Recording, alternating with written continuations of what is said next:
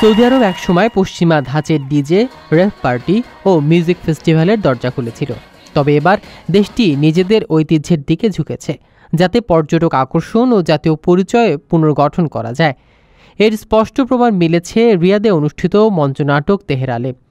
এই নাটকে সৌদি ঐতিহ্য ও প্রাকৃতিক সৌন্দর্য তুলে ধরা হয়েছে আধুনিক প্রযুক্তি, লাইট শো ও হাইটেক মঞ্চসজ্জার সঙ্গে।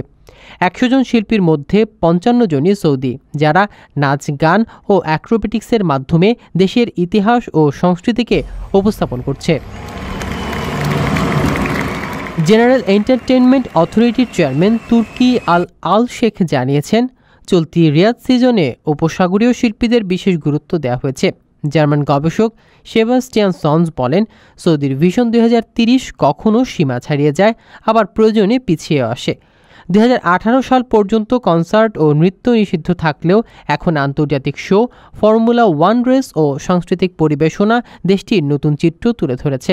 গবেষক উলরিকসেনের মতে, বিনোদন খাত শুধু অর্থনীতির বৈচিত্র্য আনছে না, বরং বিশ্বের সামনে পরিবর্তিত সৌদি আরবের আধুনিক পরিচয়ও তুলে ধরছে। আপনার স্বপ্নগুলো আকাশ ছুবে প্রবাসীর হেলিকপ্টারের মাধ্যমে। বিয়ে, জন্মদিন অথবা যে কোনো বিশেষ প্রয়োজনে হেলিকপ্টার ভাড়া করতে যোগাযোগ করুন স্ক্রিনে দেয়া নাম্বারে। প্রবাসীর হেলিকপ্টার, নিরাপদ ও সাশ্রয়ী বাহনের বিশ্বস্ত নাম।